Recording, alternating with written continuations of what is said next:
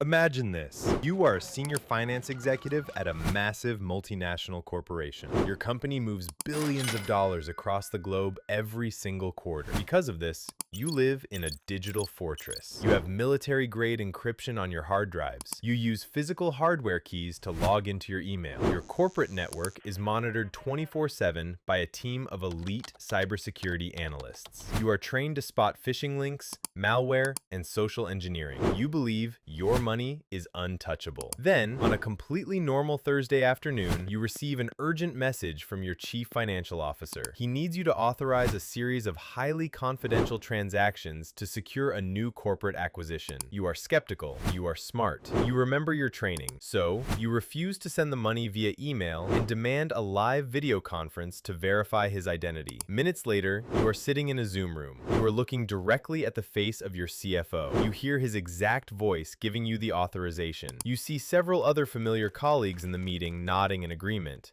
So, you pull the trigger. You wire $25.6 million to the requested offshore accounts. You did everything right. You followed protocol. But what you didn't know is that every single person in that video call was a ghost. Welcome to the terrifying new era of AI-powered cyber heists. Hackers have realized that breaking into a billion-dollar firewall is too difficult and too expensive. So instead of hacking your computers, they are now hacking human perception. Let's break down exactly how the largest deepfake heist in history was executed, how artificial intelligence created the perfect illusion, and why your own eyes and ears are now your biggest vulnerabilities. To understand the sheer genius and the absolute terror of this $25 million heist, we have to look at how threat actors have evolved. If you are picturing a teenager in a basement guessing passwords, you are completely out of touch with reality. The syndicates running these operations act like highly funded Hollywood production studios. They didn't target the company's servers, they targeted a single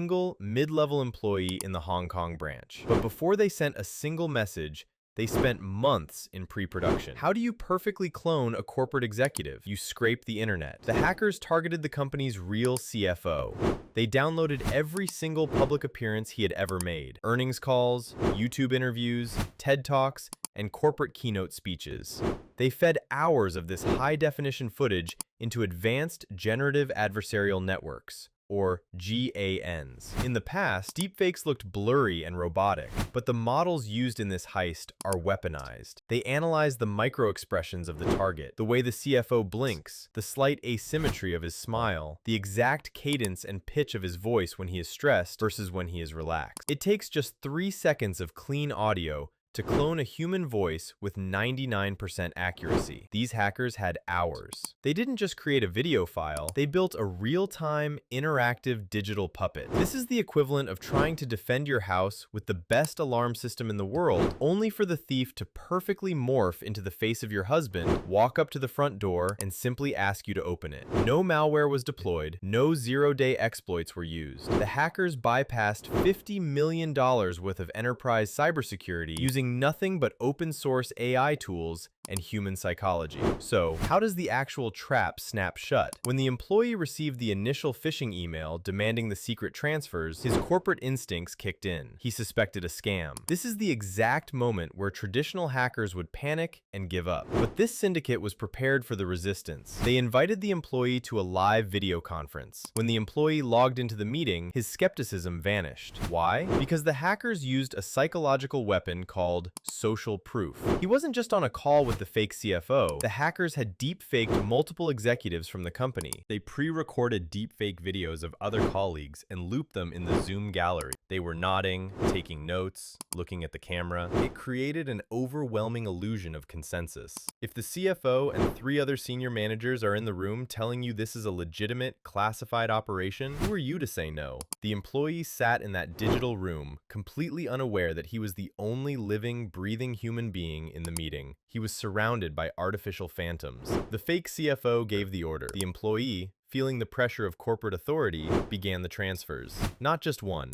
He executed 15 separate wire transfers across multiple banks, totaling over 200 million Hong Kong dollars, or 25.6 million US dollars. The money vanished into an untraceable labyrinth of decentralized cryptocurrency mixers and offshore accounts within seconds. But the true horror of this story isn't the financial loss. It is the psychological devastation of the aftermath. The employee only realized what he had done a week later, when he organically checked in with the real corporate headquarters to confirm the status of the acquisition. The real executives had no idea what he was talking about. There was no secret acquisition. There was no video call. Imagine the sheer panic of that realization. Your brain cannot process it. You saw them. You spoke to them. They answered your questions. The realization that your own reality was hijacked is something the human brain is simply not equipped to handle. When the Hong Kong police force finally revealed the details of the breach to the public, the cybersecurity world went cold. The mainstream media was busy making jokes about AI generating funny pictures of the Pope, completely missing the fact that the entire foundation of corporate trust had just been fundamentally broken. If a video call can no longer be trusted as proof of life, how does the global financial system continue to operate? If seeing is no longer believing, how do you authorize a wire transfer? How do you sign a contract? How do you even know that the person on the other end of the phone is real? So, how do we fight a digital enemy that wears the exact face and speaks with the exact voice of the people we trust the most? We fight them by completely abandoning our reliance on human senses. We must adopt identity zero trust. Rule number 1, visual and audio confirmation are now mathematically useless. You must establish cryptographic verification for human beings. If your CEO asks for a transfer, the protocol must require him to authenticate the request using a physical FIDO2 hardware key that signs a cryptographic ledger. No key, no money. Rule number 2, the duress word protocol. High-risk corporate teams must establish offline, rotating safe words. If your boss asks you to move millions of dollars and he doesn't drop the pre-agreed phrase into the conversation naturally, you disconnect the call and lock the accounts. Rule number 3, algorithmic liveness detection. Corporations must enforce AI detection software on all internal communication platforms. Software that analyzes the pixel compression and audio frequencies in real time to detect the microscopic artifacts left behind by deepfake rendering engines. And if you are sitting there thinking that your face or your voice isn't valuable enough to be cloned by a dark web syndicate, I will leave you with the most terrifying facts of this week. In the last 12 months, AI-driven voice cloning scams have increased by over 1,000% globally. The software required to clone your voice and map your face onto a live video feed is currently available for free on GitHub. It can be run on a standard gaming laptop, and remarkably, it only takes 3 seconds of audio from your public social media profile to create a deepfake capable of bypassing biometric bank security. The digital battlefield has fundamentally changed. The monsters are no longer hiding in the code, they are hiding in plain sight, wearing the faces of your friends, your family, and your bosses. We track the most dangerous cyber threats in the world to keep you one step ahead of the illusion. Hit the subscribe button to join the NullTrace network. Trust nothing you see on a screen, and I will see you in the next breach.